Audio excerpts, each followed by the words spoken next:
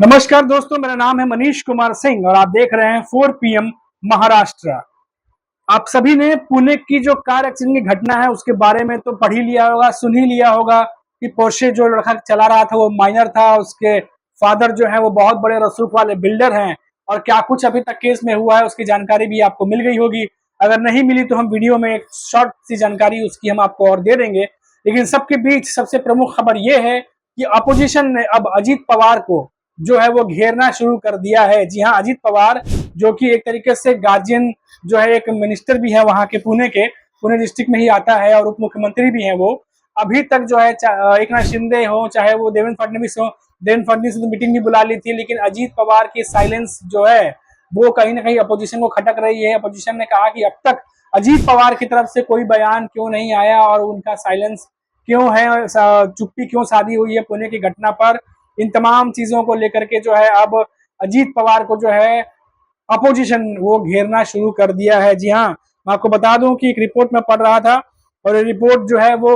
बहुत ही प्रतिष्ठित पब्लिकेशन है टाइम्स ऑफ इंडिया, वहां पे भी आई हुई है। और मैं आपको बता दूं कि लिखा हुआ है कि operation target Ajit Pawar over his silence and absence. जी हाँ, ना ही वो कहीं दिखाई दे रहे हैं, ना ही वो कोई सुनाई दे रहे हैं, जबकि पुणे में इतनी बड़ी घटना हो गई है। और मैं आपको बता दूं कि इस घटना के बाद जो है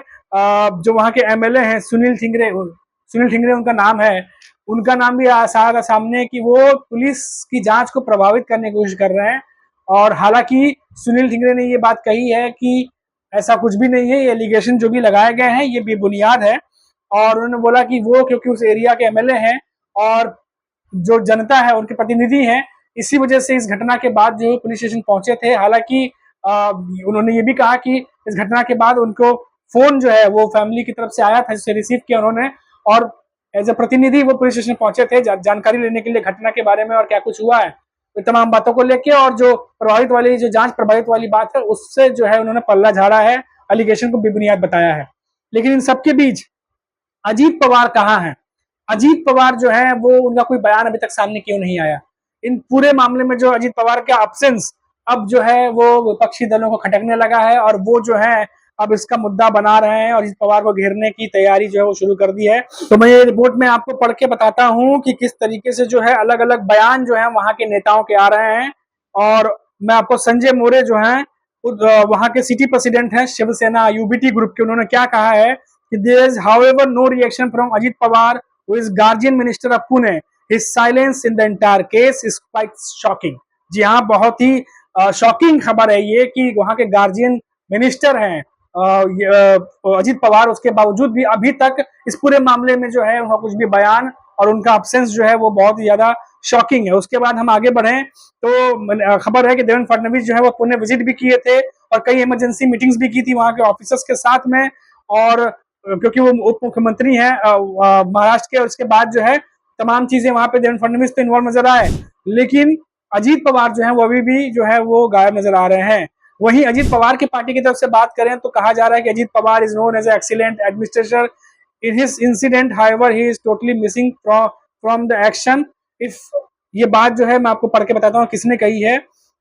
आगे जो है वो मोरे कहते हैं जो वहां के जैसे कि मैं बताया संजय मोरे जो है उन्होंने बोला कि अजीत पवार जो है is known as an excellent administrator in his incident, however he is totally missing from the action. If Fadnavis could come to Pune from the emergency meeting, what is holding Ajit Pawar back to come to his own district and supervise the investigation? जब देवेंद्र फडणवीस आ सकते हैं तो अजीत पवार क्यों नहीं आ सकते? ये तो उन्हीं का एक तरीके से कहते हैं क्षेत्र है पुणे, जहां पर अजीत पवार को आना चाहिए। वहीं जो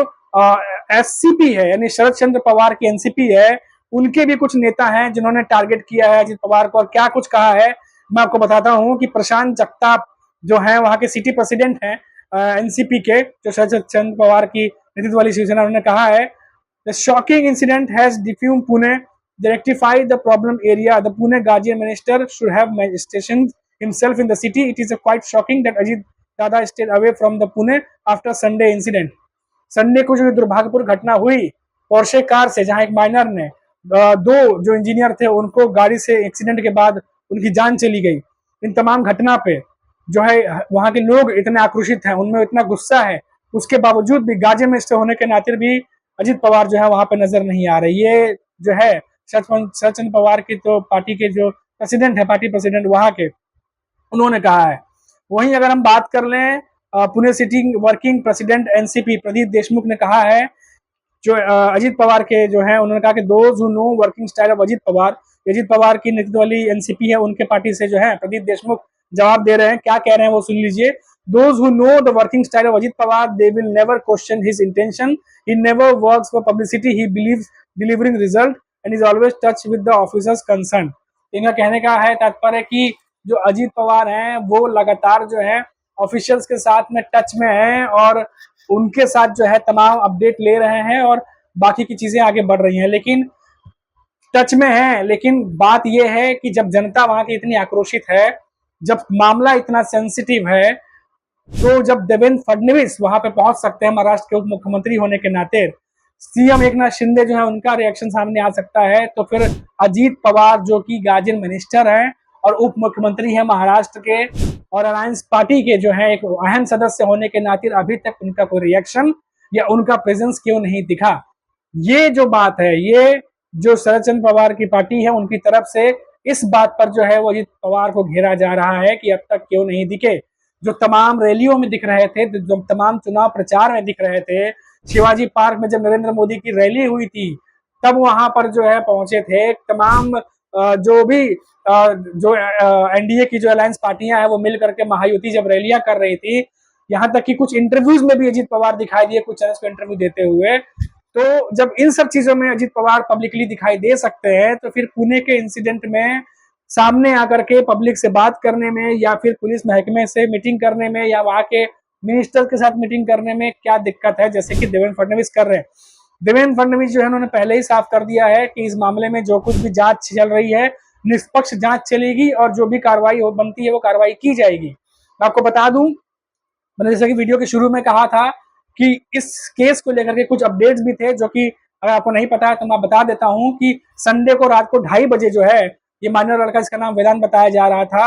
ये जो है इसकी सीसीटीवी फुटेज आती है जो पब में शराब पीते हुए अपने दोस्तों के साथ दिखाई देता है, जिसके बाद ये गाड़ी लेके पोर्शे निकलता है और रास्ते में कल्याणी नगर पुणे में जो इलाका है वहां पर 2 इंजीनियर जो बाइक से जा रहे थे उनको एक्सीडेंट में उड़ा देता है और उनकी जो है मौत हो जाती है इस घटना में दुर्भाग्यपूर्ण तरीके से। उसके बाद जो स्थानीय लोग हैं वो वेदांत को जो है वो पकड़ते हैं और पुलिस के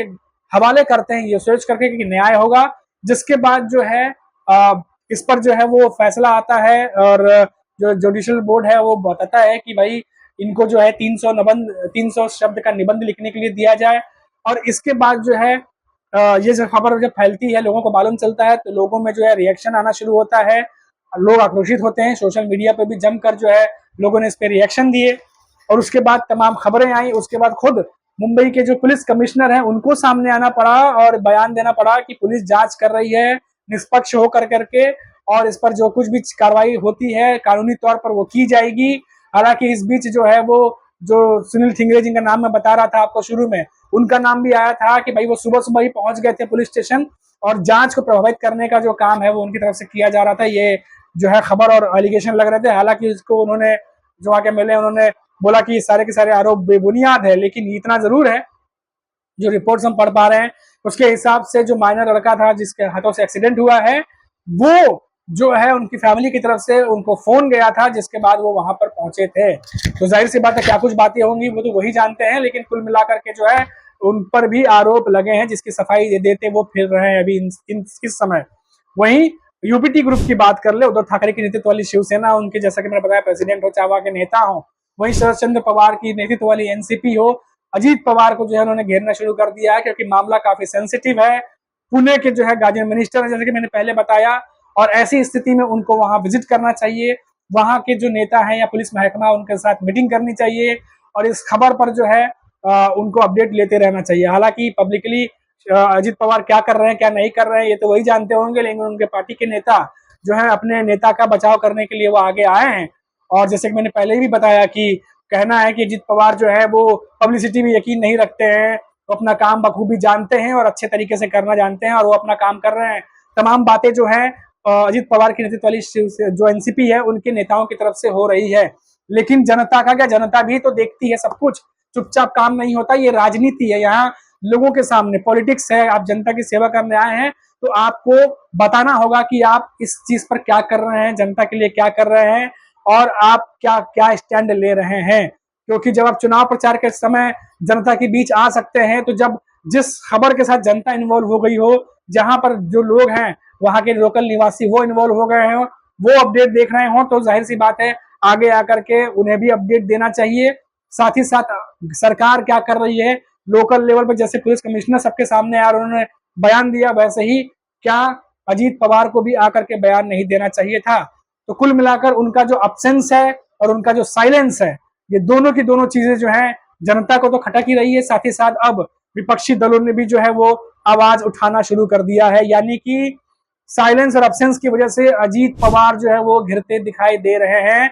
और उनकी विपक्ष पार्टियां जो है उन्हें लगातार अब घेरती जा रही हैं। तो देखना होगा कि क्या वो आने वाले दिनों में, अभी कुछ दिनों में कुछ बयान देते हैं या फिर पुणे पहुंचकर कुछ ऐसा करते हैं जिससे जो अपोजिशन है उनके मुंह पर ताला लगे, या फिर जो लोग हैं उनके सवालों का जवाब मिले। क्या कुछ अजीत पवार का स्टैंड निकलकर सामने आता है, अब ये तो वक्त ही बताएगा। फिलहाल अभी के लिए इतना ही, और आप देखते रहिए 4 PM महाराष्ट्र। फिर लौटेंगे तो बात करेंगे किसी बड़ी खबर पर। तब तक के लिए मुझे इजाजत दीजिए। नमस्कार।